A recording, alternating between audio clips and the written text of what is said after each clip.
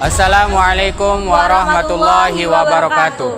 Kami dari Universitas Islam Negeri Mataram, Fakultas Usuluddin dan Studi Agama, Program Studi Sosiologi Agama, semester 3 kelas E. Kami dari kelompok 5 akan memaparkan teori mengenai diskriminasi dan prasangka. Mari kita simak videonya pada video yang berikut ini. Bismillahirrahmanirrahim. Assalamualaikum warahmatullahi wabarakatuh. Saya Novita Ramadhani dengan NIM 21060224 akan memaparkan teori tentang prasangka dan sumber prasangka, ya, di mana beberapa ahli psikologi mendefinisikan konsep teori prasangka ini berbeda-beda. Di antaranya ahli Watson yang mendefinisikan bahwa prasangka ini adalah sikap yang negatif kepada kelompok orang lain. Myers mendefinisikan bahwa prasangka ini suatu sikap yang tidak baik. Menurut Presel dan kawan-kawannya, pengertian prasangka ini dibatasi karena sifat ini yang tidak benar pada kelompok dan individu lainnya. Prasangka ini juga dapat diartikan sebagai suatu sikap personal. Kartono mendefinisikan bahwa prasangka ini dapat menilaikan sesuatu yang tergesa-gesa. Bobo dalam Baron dan Bernie menyatakan bahwa sumber prasangka ini paling mendasar. Dengan pandangannya, prasangka ini terjadi karena adanya kompetisi di antara kelompok sosial dalam mendapatkan komoditas maupun kesempatan berharga, yang dimana kompetisi ini sering membuat orang lain atau individu mempunyai persepsi yang negatif kepada kelompok, bahkan sampai menimbulkan konflik fisik. Yang kedua, peran belajar sosial. Dalam peran belajar sosial ini pentingnya kita untuk sebagai manusia yang dimana tidak menaruh kebencian kepada orang lain. Kebenaran ini sifatnya negatif dengan perbedaan segala jenis warna kulit, bahasa, adat istiadat, dan kebudayaan yang merupakan semua sudah diterapkan dari lahir, sehingga anak-anak tersebut tidak pernah peduli dengan perbedaan, tetapi dengan adanya pengaruh orang tua, teman, dan lain sebagainya menjadi munculnya kepada anak-anak itu sikap benci, senang, sedih, dan lain sebagainya. Selanjutnya saya akan memaparkan materi tentang sumber prasangka, yang dimana prasangka sikap mempunyai macam sumber yang menjadi penyebabnya. Berprasangka terhadap orang lain bisa saja akan menyebabkan faktor situasional. Di bawah ini saya akan menjelaskan beberapa di antaranya proses terjadinya sumber prasangka. Yang pertama, kompetisi. Di dalam kompetisi ini ada ahli yang menjelaskan, yaitu Sekanto, menyatakan bahwa salah satu akibat interaksi sosial adalah munculnya kompetisi di dalam individu.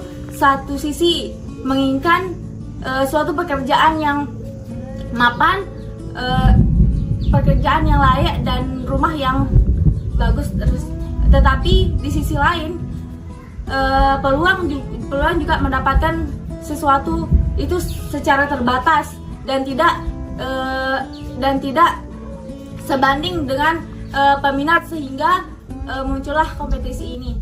Baik, di sini saya sebagai pemateri kedua atas nama Aulia Handayani, saya akan menjelaskan mengenai macam-macam prasangka.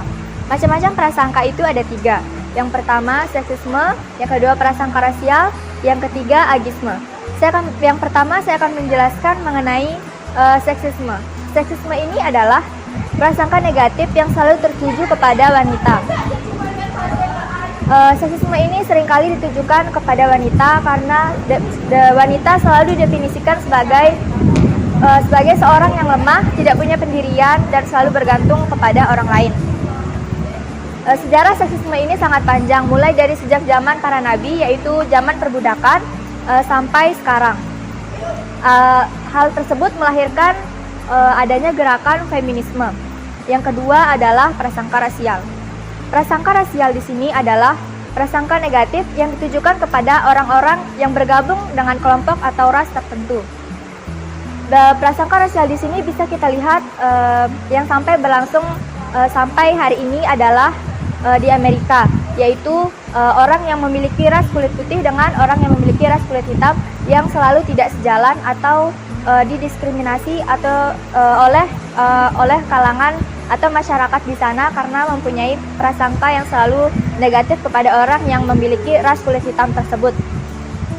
Yang ketiga adalah agisme. Agisme ini adalah prasangka negatif yang selalu ditujukan kepada orang yang sudah berusia lanjut atau orang tua.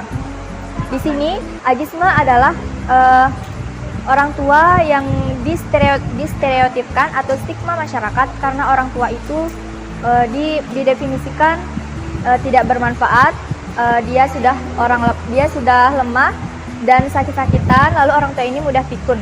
Jadi stereotip yang berkembang adalah orang tua tersebut selalu menyusahkan atau menjadi beban bagi kalangan pihak-pihak tertentu. Mungkin hanya itu penjelasan dari saya. Penjelasan materi selanjutnya akan dilanjutkan oleh rekan saya pada video selanjutnya. Nama saya Habib Maulana Abdullah. Sebagai pemateri ketiga, saya akan memaparkan tentang teori diskriminasi. Diskriminasi hampir sama dengan prasangka. Bahkan terkadang kedua istilah tersebut sering digunakan secara bergantian. Perbedaannya adalah prasangka adalah sikap atau etika, sedangkan diskriminasi adalah tindakan atau action. Watson 1984 menyatakan bahwa diskriminasi adalah perlakuan negatif kepada kelompok tertentu, sedangkan Brigham 1991 menyatakan bahwa diskriminasi adalah perlakuan secara berbeda karena keanggotaannya dalam suatu kelompok atau etnik tertentu. Kelompok etnik tersebut diantaranya adalah suku, bahasa, adat istiadat, agama, kebangsaan, dan lain sebagainya. Swim dalam Baron and Byron 1997 menyatakan bahwa diskriminasi adalah tindakan negatif terhadap orang yang menjadi objek prasangka seperti rasial, etnik, dan agama. Dapat dikatakan diskriminasi adalah produce on action. Menganggap orang Negro itu bodoh merupakan prasangka, sedangkan melarang mereka untuk bekerja atau bersekolah pada lembaga tertentu merupakan diskriminasi. Menganggap kaum wanita itu lemah merupakan prasangka, sedangkan melarang mereka untuk menjadi pemimpin merupakan diskriminasi. Prasangka dan diskriminasi sama-sama memiliki sejarah yang panjang dan memiliki kecenderungan untuk menurun. Amerika, pembatasan untuk kelompok tertentu dalam memanfaatkan fasilitas umum seperti sekolah, bus umum, pom bensin, dan lainnya sudah hampir tidak ada. Meski demikian, masih ada beberapa jenis pekerjaan yang masih memperhatikan unsur perbedaan tersebut. Di Indonesia, praktik diskriminasi masih hingga saat ini. Contoh nyatanya adalah perlakuan pemerintah dan masyarakat Indonesia terhadap etnik Tionghoa. Diskriminasi ini terutama diberlakukan dalam pendidikan negeri, pegawai negeri, serta institusi militer yang dimana dalam peraturan perekrutannya selalu menyertakan syarat sebagai warga negara asli. Sehingga walaupun cerdas, tetapi sedikit yang masuk ke universitas atau sekolah ternama. Mungkin hanya ini yang dapat saya sampaikan. Materi selanjutnya akan disampaikan oleh saudari Dila Sari Fitriana. Materi keempat, di sini saya akan menjelaskan materi mengenai macam-macam diskriminasi. Macam-macam diskriminasi ada 5. Yang pertama, diskriminasi umur. Yang kedua, diskriminasi gender atau jenis kelamin. Yang ketiga, diskriminasi kesehatan. Yang keempat, diskriminasi ras. Dan yang terakhir, diskriminasi agama. Yang pertama, diskriminasi umur. Individu diberi layanan yang tidak adil karena tergolong di lingkungan umur yang berbeda. Contohnya di negara Malaysia, remaja dianggap seorang yang menimbulkan masalah sehingga timbul istilah masalah remaja. Yang kedua, diskriminasi gender atau jenis kelamin. Individu diberi layanan yang tidak adil karena jenis kelamin mereka. Contohnya, seorang wanita menerima gaji yang lebih rendah dari seorang lelaki sejawatnya meskipun pekerjaan mereka sama. Yang ketiga, diskriminasi kesehatan. Individu diberi layanan yang tidak adil karena mereka menderita penyakit atau memiliki kecacatan tertentu.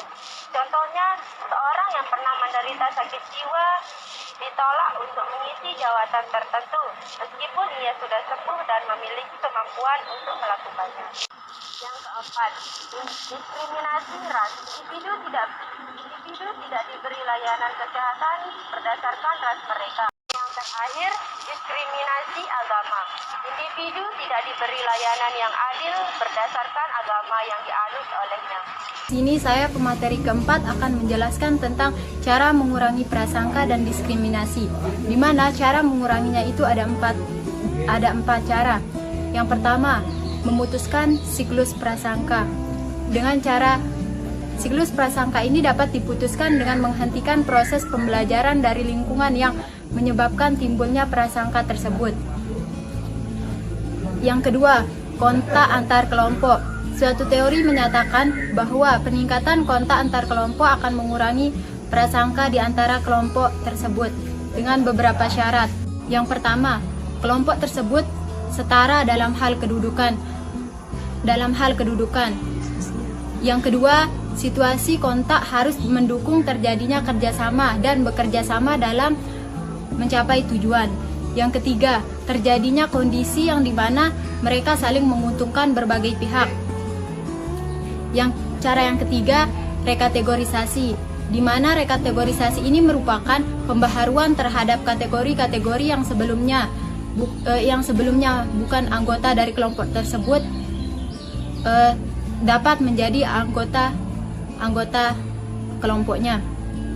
Yang keempat, affirmative action program, di mana tindakan ini untuk memberikan kompetensi kepada kelompok yang selama ini terdiskriminasi serta tidak memiliki